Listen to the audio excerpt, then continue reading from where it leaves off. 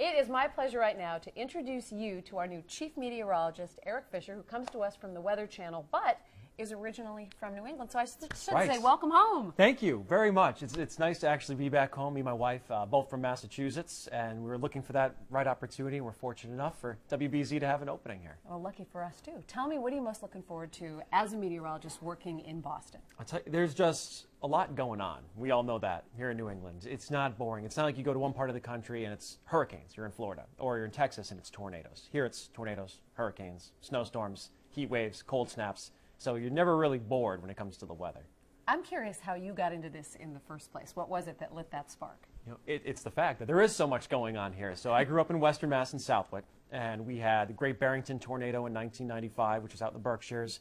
We had Superstorm in 93, huge snowstorm, blizzard in 96, and I was that kid who was just looking up in the sky all the time when everyone else was, you know, doing normal people stuff, I guess.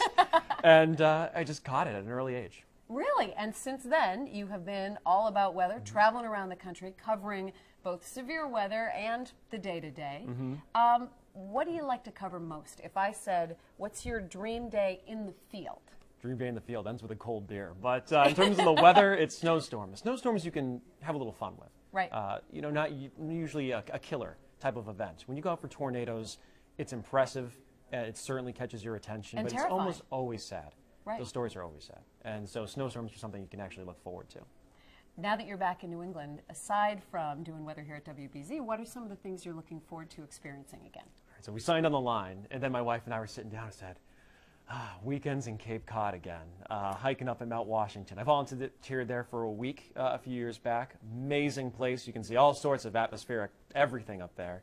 My sister lives in Vermont, so I get to go visit her there outside Montpelier. And all of our families here. So just spending time with them is going to be huge compared to living so far away. What about quintessential New England foods? I know you love to eat, so what have you been craving that you're now going to be able to get again? Chatham Pier, lobster roll. It's got to happen.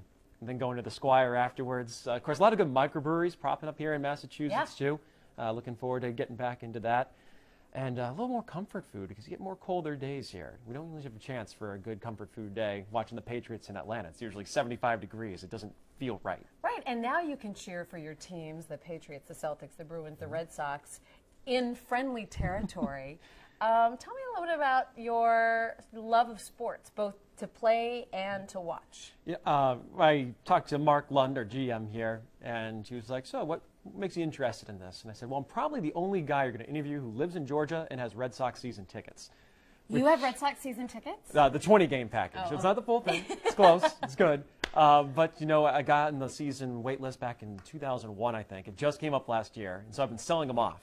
So to be actually able to sit in the stadium, that's going to be fantastic. And I hear Gutner is a good golfer, and John Elias, too. So I'm looking forward to getting out with them. Excellent. Yep. One day I will join you. One day that will be a foursome. At the moment, I'm still just trying to make contact with the ball.